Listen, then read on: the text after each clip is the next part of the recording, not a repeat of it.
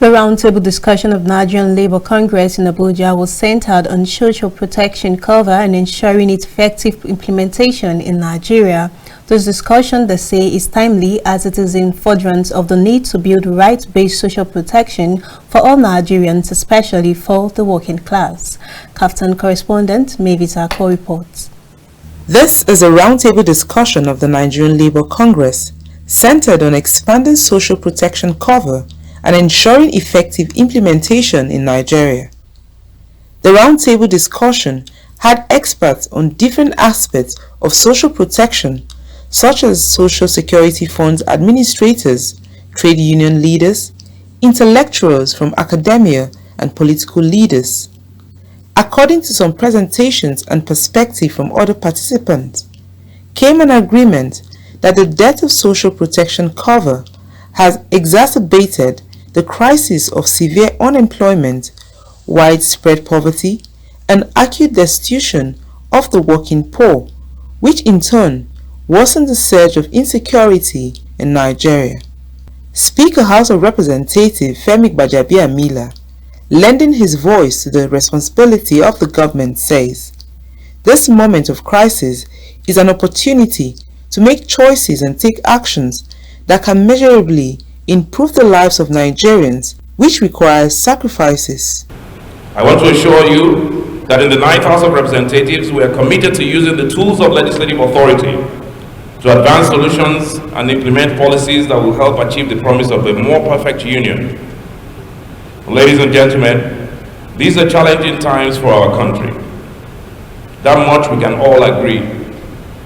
However, an abundance of historical evidence leads me to believe that in this moment of crisis, there is an opportunity for us to make choices and take actions that can open up new vistas and measurably improve the lives of Nigerians. These choices will not come easy, and the actions we have to take will require a sacrifice. Stakeholders also stated other issues affecting social protection cover of Nigerians. Contributory pension scheme has positively transformed the pension landscape in our country. But fantastic as the CPS is, it has challenges. The major constraints of implementing the CPS and expanding its coverage in Nigeria could be summarized as follows. First of all is the constitutional challenge.